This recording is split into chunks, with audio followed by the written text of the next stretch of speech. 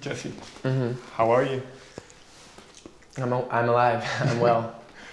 Well, before we talk about the latest record, I'd like to go back to the beginning quickly. Mm-hmm. Do you have a first musical memory? Something that stuck with you since childhood? Yeah, probably because my friend made it he made it stick with me. Uh, my friend Ellis, who's actually our production manager, he I always think of him when I think of this story. But when I was really young, I really liked Justin Timberlake, and I used to I had a little MP3 player, and I used to sing Cry Me a River and shit into it, in bed at night, alone, quiet, in the dark, looking up at my, when I was going to bed, my mom didn't know I did this, nobody did. And and Ellis fucking found him. He found my MP3 player one day and was just listening through my shit. And those were on there, and he he never let me hear the end of it. So, but now I'm doing what I do, so it's kind of funny because it's all came around, I guess. If you go back to that time, what was it about Justin Timberlake that you liked? I don't know. I just really I liked NSYNC. I did NSYNC a couple times for the talent show when I was in elementary school with a group of all the all these other dudes from my hometown. And I guess that we did one year we did Elvis. When I was really young, we did it was a group thing, 5 of us, at the talent show, we did a thing of Elvis. And I remember I didn't really like that one. And I was really young too, but then we did NSYNC the next couple of years, and it was really fun. But I always had to be JC. And no offense to JC, JC's tight, don't get me wrong, he's the voice, you're the voice, JC. Let's be real. He's he's good, he's really talented and everything. But Justin, man, so I guess I always wanted to be Justin or something from early on. Maybe that's what stuck in my head. And then Cry Me a River was just I remember watching his music video, and I just watched it again recently, which reminded me of how good it was. Pretty much, his performance in it, I think that's the best acting job still he's ever done. I think he's a good actor, don't get me wrong. He's an entertainer. He's fucking cool. He's just dude, you're my bud. He just seems like that, right? Mm-hmm. But I think his, acting, and he's not even acting with word. Well, he is with song, but not a speaking role. Mm-hmm. It's so powerful just watching him perform it. It's damn, and knowing what it was about, and kind of hearing the gossip on MTV and shit, And but did that because you mentioned him being an entertainer, and also you did some small acting roles when you were younger. So mm-hmm. Did you already know at that age that you wanted to go into this industry or be a musician in a sense? No. I think the acting thing kind of found me. Okay. And Darwin, you know the Wild Thornberries? What is it? Darwin, he found us. And Donnie, we found him, or some shit like that. Sorry.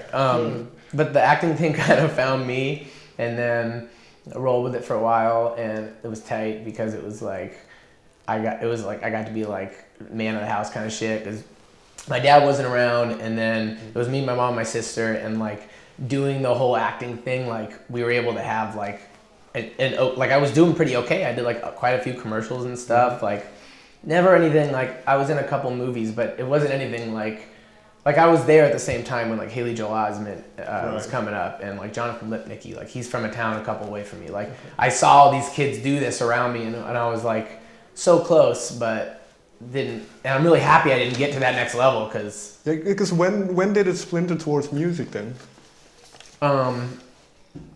6th grade.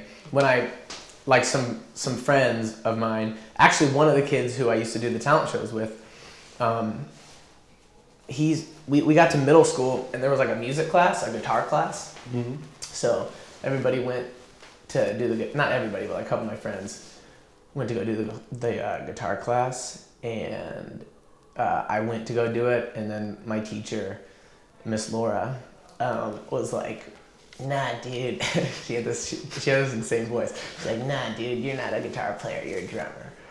And I was like, okay, cool. So like I went to her house, and like on the first day I ever played drums, like I did it. Like, and I never remembered anything being that like quick for me to ever get in my whole life. Okay. Like before that, I tried sports like basketball, soccer. I was like 12 at this point, so you know I was a little kid. I was a little boy, so I was running around doing all sorts of shit. But when I found music, it was like, this just makes too much sense. Like this makes so much sense. And I just played a beat like just like on the first day, like within like the first like 20 minutes, nothing had ever come that quick to me, so it felt really good. When did you start writing? Was it that early? Well, I don't know. I guess later that year. Okay. Maybe later that, no, but I kind of did covers. Yeah, I was like, I did covers with like a couple friends. There was this one kid named Max. He shredded at guitar. He was super sick. And I was in a band with him, and then this other kid, Danny. Danny played bass, and we used to like practice at his house and shit. And it was pretty funny. I haven't talked about this up in so long, so I'm like, dude, what are Danny and Max doing? So you get on this musical path, and what was the first song that you wrote yourself then, where you thought this is going to go somewhere? I can do something with this. Well, me and Brandon used to be in a band.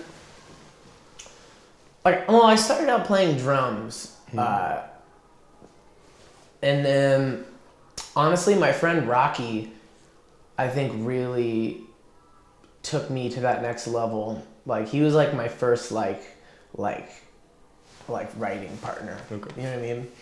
And it actually started because we made like I was playing drums in a band with him, and that was cool or whatever. But it wasn't until I started singing with him that I think things really started going to the next level. Did you know you could sing? Yeah. I just was kind of like I listened, like I would hear myself and whatever and be like, yeah, I think I kind of got this. And like, that's kind of still how I feel. It's like, yeah, you know, it feels pretty good. So I don't know. But my voice just didn't mature till I still have a pretty fucking high voice, but like you can imagine before my little fucking balls dropped, like my voice was just, I was like, so it was so high up there. So I didn't sing until later on because I wasn't ready. Like my voice wasn't mature, so it just like it wouldn't have sounded right. Maybe nowadays it would have sounded tight. I don't know. Maybe people would have accepted it now, but I was just a little kid. Okay, we kind of have to fast forward now, but well, obviously you wrote your second record. Yeah, there we go. And then we're on to the second record. No, you're totally. A quick look back in hindsight now. How do you look back at "I Love You"? I hate you. I'm just kidding. It's cool.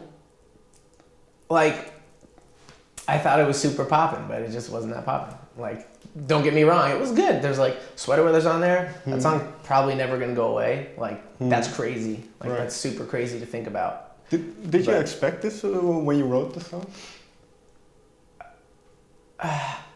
It's funny.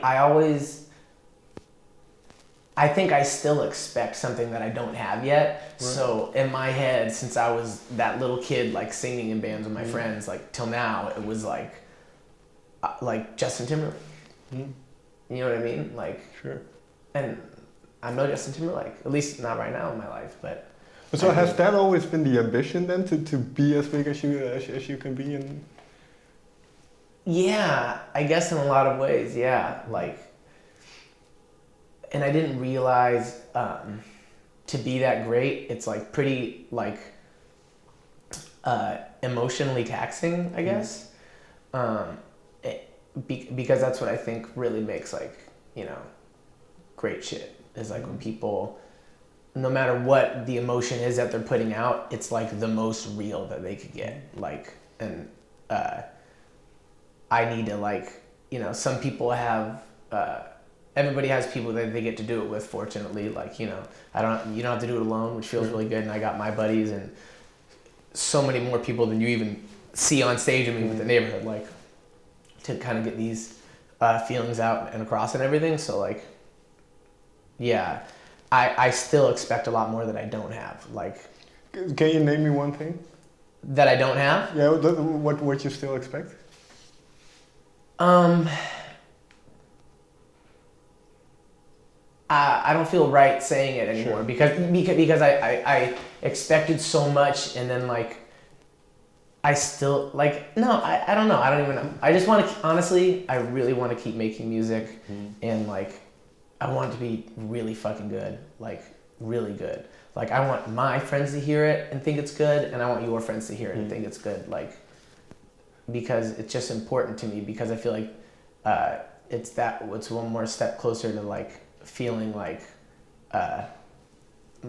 heard, and like I don't know, it's hard because sometimes I don't even know what the fuck I want to say, and it's like if I can't figure that out, then it's never going to be there, you know what I mean? But like that's, I guess, what I'm trying to figure out. But I'm super like 24-year-old guy stuck in it. You know what I mean? It's like so stupid. It's just... No, but you mentioned this emotional expression and the rawness that you kind of say you need to get to the next level. And then Wipeout, there are definitely some personal moments and then some emotional moments on there. So was it a tough record to write in that sense? Yeah, it was super hard. Yeah. Which song gave you the most trouble? All of them. Okay. Like they never even. I didn't know. I don't even know. Okay. Sorry. The whole time I was just like, okay. Like it was like bummed me out to write a lot of stuff, but